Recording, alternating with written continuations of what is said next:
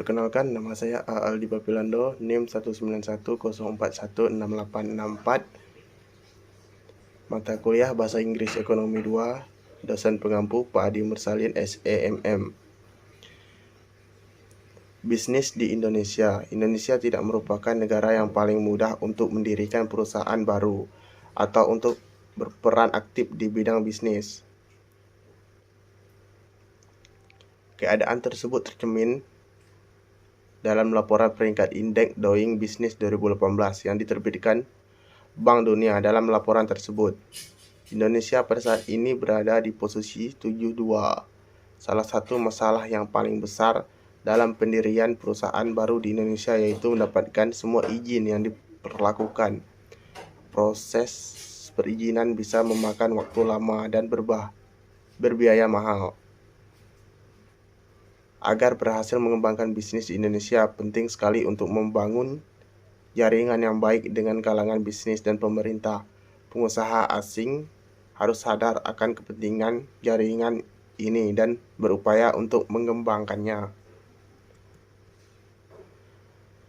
Bagian ini bertujuan untuk memberikan gambaran yang akurat tentang lingkungan bisnis di Indonesia melalui informasi terperinci mengenai perusahaan-perusahaan Indonesia dan komoditas. Di samping itu, beberapa masalah yang menghambat efisiensi dan efektivitas pembangunan ekonomi dan sosial juga dibahas. Apalagi bagian ini juga dapat berfungsi sebagai titik referensi bagi mereka yang ingin memulai usaha dan atau berencana untuk tinggal di Jakarta, karena bagian ini berisikan informasi terperinci tentang masalah hukum tertentu seperti memperoleh izin yang dibutuhkan untuk membangun perusahaan atau badan hukum lainnya.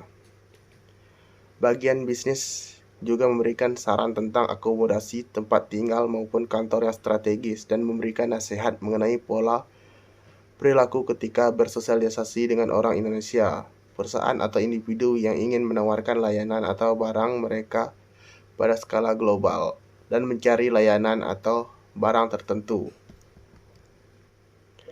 Kolom bisnis. Bagian kolom bisnis berisi artikel dengan analisis yang mendalam tentang hal-hal yang penting di jantung dunia bisnis Indonesia. Secara keseluruhan, kolom-kolom ini memberikan gambaran jelas dan terperinci tentang hal-hal yang berkaitan dengan sektor korporat di Indonesia dan menginformasikan mengenai perkembangan terbaru dalam bidang ini.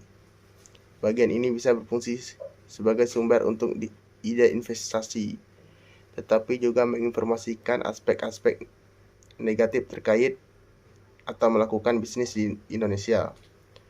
Profil perusahaan Indonesia. Bagian ini mencakup daftar yang terus berkembang mengenai profil-profil perusahaan Indonesia, baik yang memberikan garis besar komprehensif perusahaan sehingga memberikan wawasan tentang bisnis dan kinerjanya. Profil tersebut menyajikan ikhtisar data dasar, prospek masa depan dan wawancara yang dilakukan dengan pihak manajemen serta pihak yang berkepentingan lainnya. Komoditas. Indonesia memiliki komoditas yang berlimpah seperti batu bara, emas, dan gas. Tetapi efek samping yaitu ketergantungan negara pada komoditas mentah untuk kegiatan ekspor. Industri dan sektor. Bagian ini website kami menyajikan analisis terperinci dan ikhtisar dari industri atau sektor tertentu dalam perekonomian Indonesia, termasuk industri otomotif, pariwisata, perbankan, syariah, properti, dan industri tembakau. Analisis akan memberi Anda wawasan baru apa sejarahnya industri tertentu di Indonesia, apa perkembangan terbaru, siapa pemain utama, apa risiko atau masalah di sektor ini, bagaimana posisi Indonesia dalam perspektif dunia. Risiko. Indonesia merupakan negara yang menyajikan dari perspektif ekonomi makro, tetapi negara ini juga memiliki lebih banyak risiko dibandingkan berinvestasi di negara yang maju. Hal tersebut disebabkan oleh dinamika politik, sosial, dan budaya yang terjadi di negara ini. investasi asing. Bagian ini membahas soal-soal terkait investasi asing langsung di Indonesia, khususnya pembentukan badan hukum yang diperlakukan untuk mulai melakukan bisnis atau memasarkan produk atau jasa asing di Indonesia. Kami fokus pada proses untuk mendirikan sebuah perseroan terbatas penanaman modal asing, disingkatkan PT PMA, dan kantor perwakilan perusahaan asing, disingkatkan KPPA. Tinggal dan kerja. Untuk seorang yang hampir tidak tahu mengenai Indonesia, pasti sulit untuk menemukan jalannya. Membutuhkan ketekunan untuk mengatur bisnis, seperti izin kerja, pendirian perusahaan, dan mencari tempat tinggal, sambil menyesuaikan diri dengan budaya baru yang sangat berbeda dengan budaya sendiri.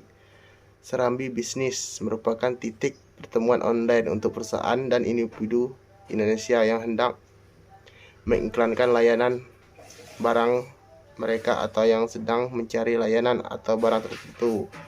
Kedua belah pihak diberikan dalam platform ini untuk menarik pasar global. Perusahaan, lembaga, dan organisasi juga dapat mengumumkan event platform ini jika sesuai dengan peraturan kami untuk menginfokan informasi. Serambi Bisnis merupakan titik pertemuan online untuk perusahaan dan individu Indonesia yang hendak mengiklankan layanan atau barang mereka yang sedang mencari layanan atau barang tertentu. Sekian video terjemahan dari saya. Terima kasih.